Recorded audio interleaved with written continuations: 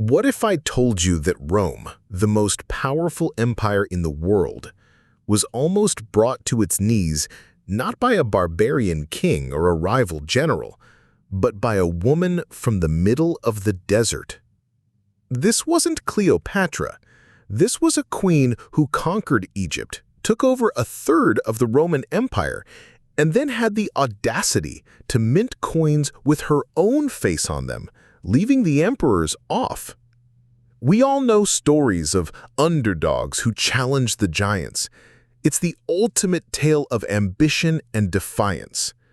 But how did a scholar queen from a caravan city called Palmyra build an empire so fast?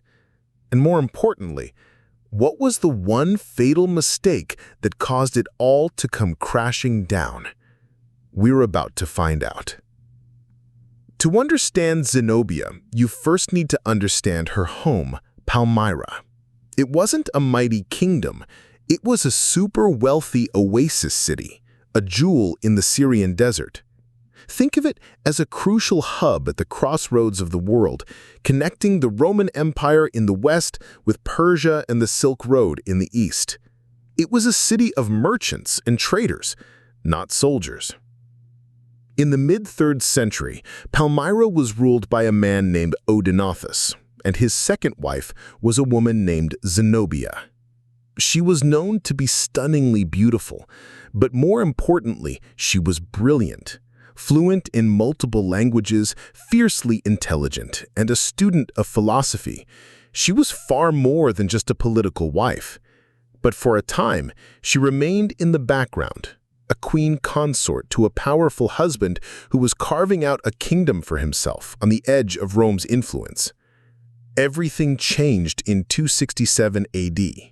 After a successful military campaign and a celebratory feast, both Odenathus and his eldest son were assassinated, likely by a jealous relative. In a single night, the most powerful man in the East was gone. Palmyra was on the brink of chaos, caught between the two superpowers of Rome and Persia. The assassins had seized control, but they made one critical, history-altering mistake.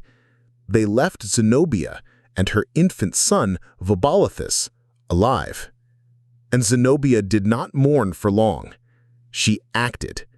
With incredible speed, she rallied the loyal parts of the army, crushed the assassins, and secured her position, not as queen, but as regent for her young son. She was now the sole ruler of Palmyra. At this exact moment, the Roman Empire was in the middle of what historians call the crisis of the 3rd century. It was a mess. There were civil wars, economic collapse, and a revolving door of emperors who were usually murdered after a year or two. Rome was completely distracted, and it barely even noticed that a woman had just taken over its most important eastern client state. This was Zenobia's opportunity. She didn't just sit and wait. First, she secured her borders and consolidated her power, building up a formidable army. Then she looked south. She looked at the single most important province in the entire Roman Empire, Egypt. Egypt was Rome's breadbasket. The grain that flowed from the Nile fed the masses in the city of Rome itself. Controlling Egypt meant having a knife to the throat of the empire. In 270 AD, Zenobia made her move. Citing Roman instability, she claimed she was simply securing the province for the empire. She sent her massive army of 70,000 men south. The Roman historian Zosimus tells us they swept aside the local Roman forces with ease. Just like that, Zenobia had conquered Egypt. This was a direct punch to the gut of Rome. Her kingdom now controlled the empire's food supply and its main trade routes to the east. She wasn't just a local ruler anymore. She was an empire builder.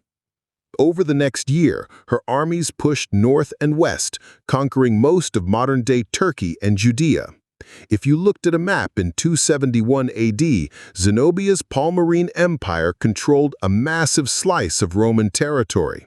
She established a brilliant court in Palmyra, attracting scholars and philosophers from all over the world, most famously the great thinker Cassius Longinus. She ruled as an enlightened monarch, promoting tolerance and trade. She was at the absolute top of the world. And this is where the fatal flaw, the blind spot of ambition, comes in. For years, Zenobia had played a clever political game, pretending she was ruling in Rome's name.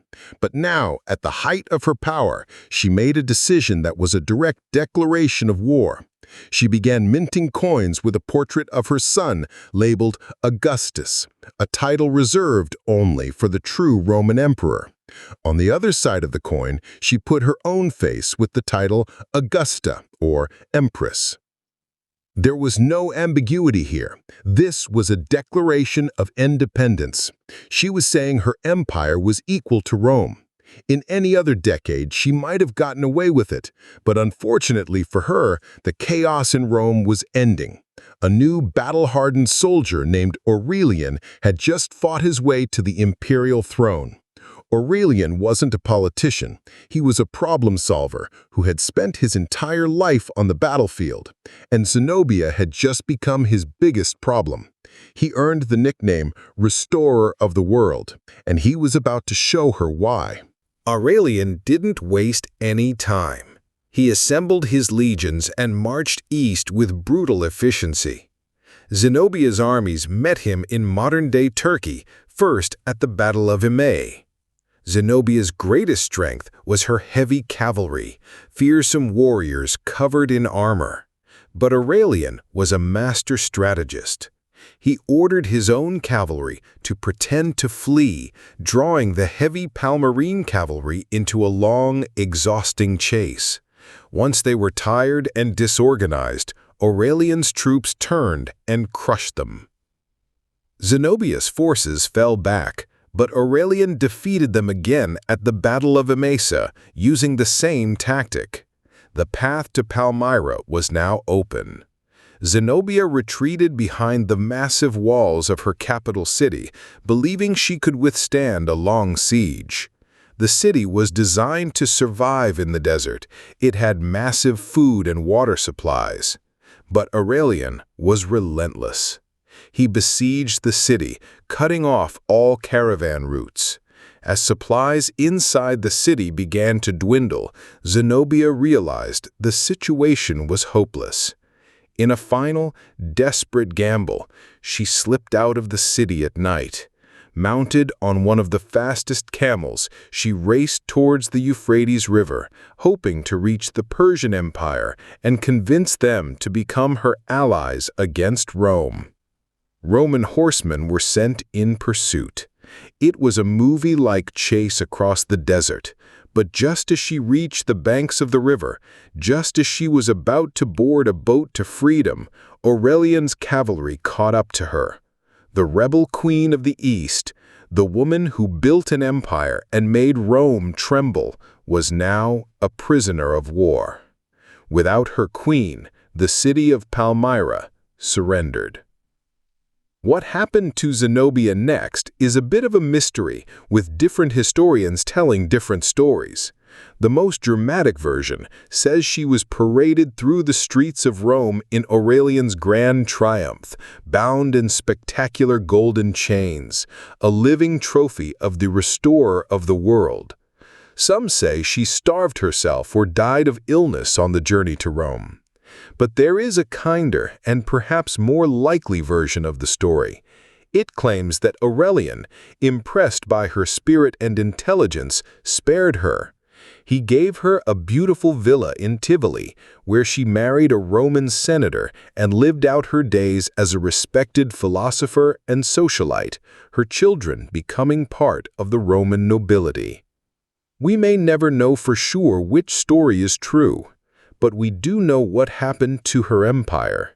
It vanished.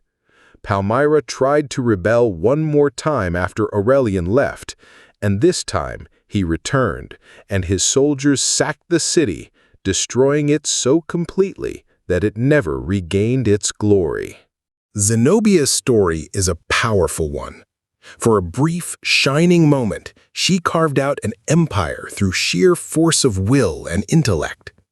She is a timeless reminder that history is not just made by the powerful, but by those bold enough to challenge them and those who dared to write their own titles.